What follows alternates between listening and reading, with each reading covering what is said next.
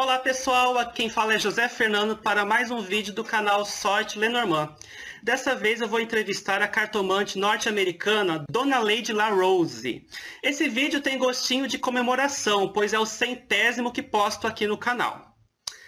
Oi dona, seja bem-vindo ao canal Sorte Lenormand. É uma honra tê-lo aqui conosco. Thank you so much for inviting me all the way from Brazil. It's a pleasure to be with you today. Dona, qual foi o primeiro oráculo que você aprendeu? O tarô ou o Lenormand?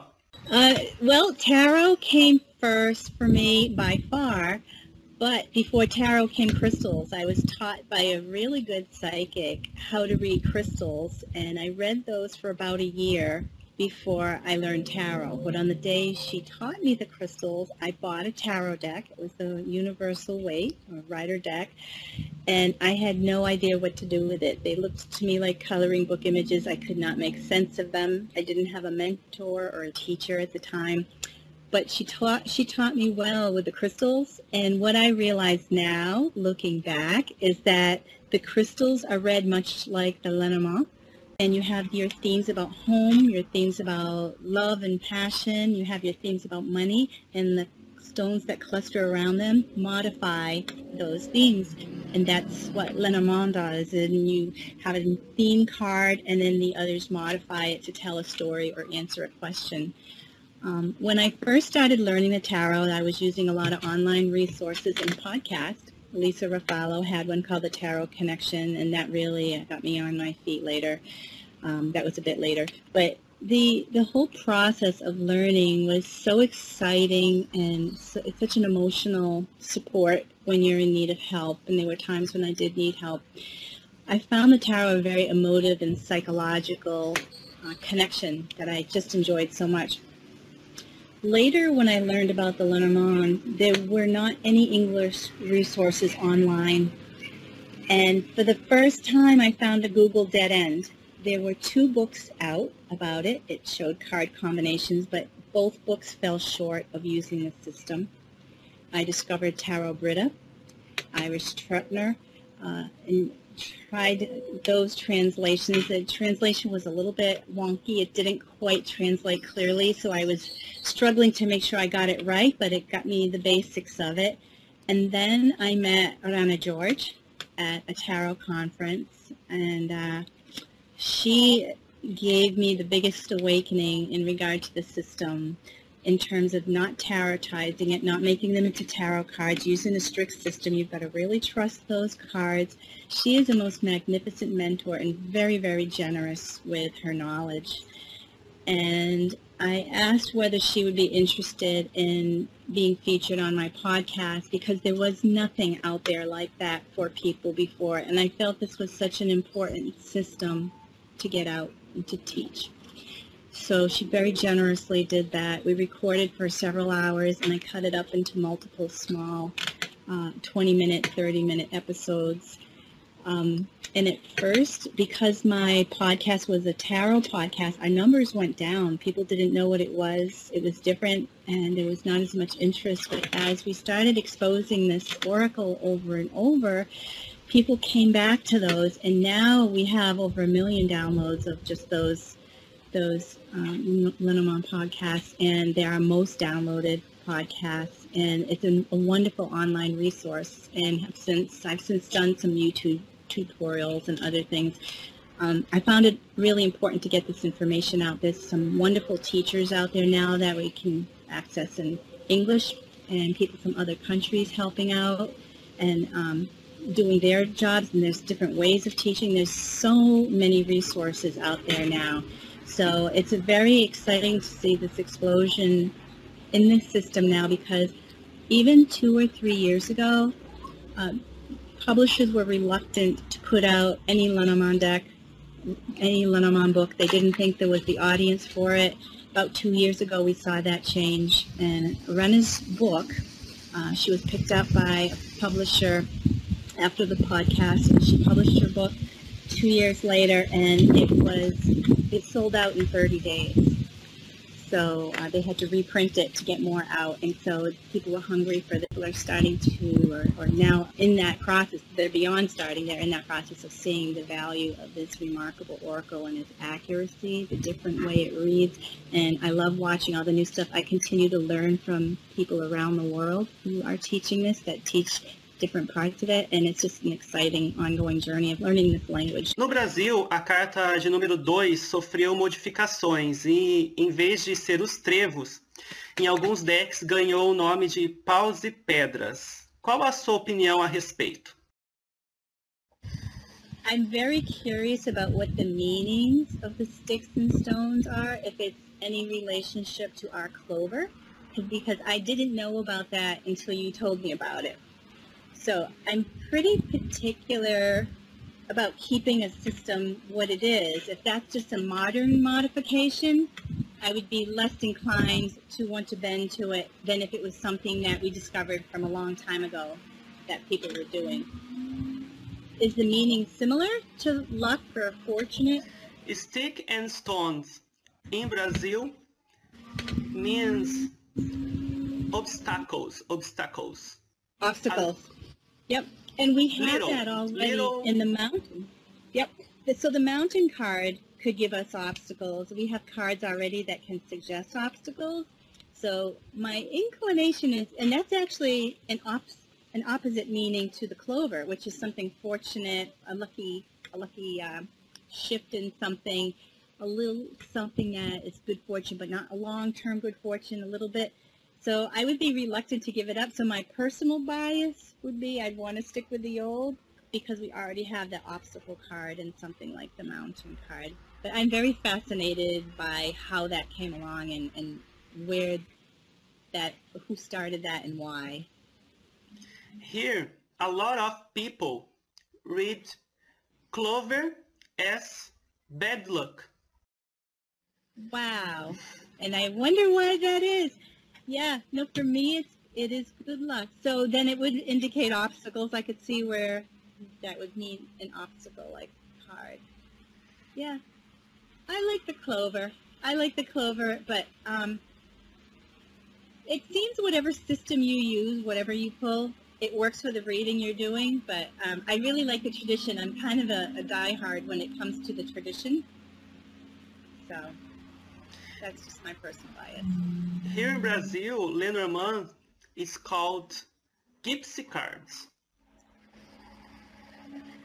Yeah, we have a pack of cards here called gypsy cards that have Lenormand-like images on them. The numbers don't match up, so they're not numbered the same way as in our system. And there's a couple other cards there too. I actually did write a blog about how the two line up and don't line up, and it can be read similarly. So, but I don't know if that's the same pack of cards that you're referencing. Just all Lenormands are called gypsy cards in Brazil? Just the same. Lenormand and gypsy cards are the same. Wow, I like it. Teu canal no YouTube tem audiência do mundo todo. Você esperava por essa repercussão? I did not. It's really amazing to me. Every week I'll get a couple emails from people. Hi, I'm from India. I'm from Pakistan. I'm from China. I'm from Australia. Hi, I'm Dutch. All of these amazing places that I've never been, that people have discovered the YouTube channel and have found access to the system through it, and mentioned that it changed their life in one way or another. And it's been a most remarkable opportunity to connect with people and just know that people are inspired to try the system and do things with it. I find that just making things bite-sized for people, a little bit of things so that they can take a little bit every day or a little here and there, is more effective than big, long videos that people are drawn to trying things on their own. So it's been exciting and overwhelming and inspiring for me to see that. Qual conselho você dá para quem está começando a aprender o Lenormand ou o tarô? You know, I think it's really important to find a good mentor, someone that has some experience doing it, and get some feedback on readings. Everybody has their own style with tarot. Lenormand has more of a tight box to fit into, so it's really important to have someone that has some traditional experience in it and is not treating it like any other oracle. I think practice over and over is key. Ask questions about your own life. Write them down. Have a journal. I always suggest to people they write things down so you can go back and reference them. You can write down what the cards are in the deck and the reading, date it, write your question exactly. I think that's really important because sometimes we ask things and then later we think we asked it in a different way, and we'll find the cards answered our questions very specifically to a very specific question.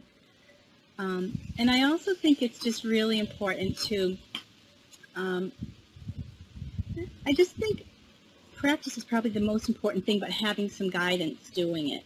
And I found that when I was learning, for having someone like Rana reel me in and say, no, that's tarot. Use the Lenormand. And then I would go back and correct myself. That's when the readings were most accurate. When I turned them into tarot cards, the readings went all over the place. So I guess that's probably the most important thing. Have a good mentor. The other piece of advice I would give is there are different systems of Lenormand. There's a more German type weighted one where, say, the lily card is sexuality, but I use the French system, which is where the lily is more purity and harmony. So it's a whole different feeling. You have to choose your system and know what the card will mean for you, because if you try to incorporate all the systems, now you're going to have conflicts in cards because sexuality and purity can mean two opposite things. You want to make sure that the cards are very clear to you. So keep one system and keep it really clear. And even if you're using a little bit different system than your teacher, if you know what the few different cards are, just to kind of keep yourself on track. Don't give the cards too many meanings, because the beauty of it is the simplicity of the limited themes that you get, and the real combinations, all the flourish of the language is accentuated by all the remarkable combinations you can get by putting cards together. That's where all the details come in. Você anunciou nas redes sociais que está escrevendo um livro para US Games. O que podemos esperar do seu livro? Pode dizer algo em primeira mão? I can. So I want this book to be a book that if you can read this book, you can read any Lenormand deck. I want it to include some things that other books have not mentioned. So it allows people to arrange a better question, and I'm going to go a little bit into the playing cards because I also read playing cards, and that education has taught me a lot about what does and what doesn't work with Lenormand. Kathleen Matthews addresses playing cards in her Lenormand book, but it's different in the way that I use it. I was talking with the editors at US Games. This is going to be there'll be a deck included with it. So it'll be, what we're hoping, is like a kit, a book and kit. If we can do it the way that we hope. That's what I'm hoping, is that the two will come as a deck. So that you could go to any bookstore and you buy this kit. You'll have the how-to book, a complete large book, and the deck to use it with. But once you're done with this, you can go to any other deck and still do it.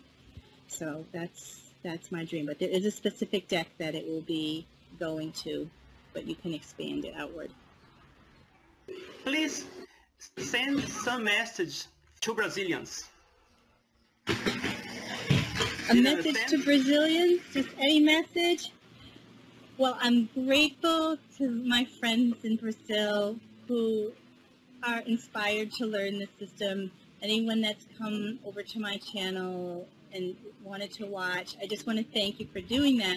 But I also want to say to the Brazilians, I want to see you creating decks. I want to see you using the system. I want to watch you participate, learning this oracle, and I want us all to kind of be this community where we can learn from each other. So I want to learn from you, and I would be very happy to help participate in things that you are doing there as well. And a message to Junior. Junior, you were so great in facilitating this meeting, because you had put something, I think it was you, on my YouTube channel, and Junior helped to translate and do much of the behind-the-scenes work here, and so I'm very grateful for that. It's kind of a team. They say it takes a village to raise a child, and I think sometimes we do these podcasts, it takes a village as well, and so I have gratitude for that. Gente, o cartomante Júnior Zenit ia me ajudar nessa entrevista e por problemas de programas, da internet, conexão, nós não conseguimos fazer esse trio conversando aqui sobre Lenormand. Uma pena.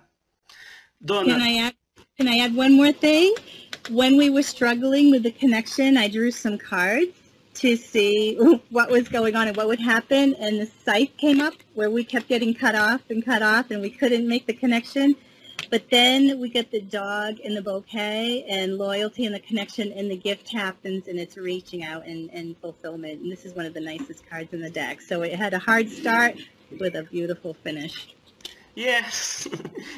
Donna, thank you so much, so much, so much. My channel, Sorte Lenormand, was inspired on yours. Oh, thank you. Thank you. That's wonderful. I love the ripple effect, the domino effect. That's wonderful. Okay. Bye. Bye-bye. Kisses.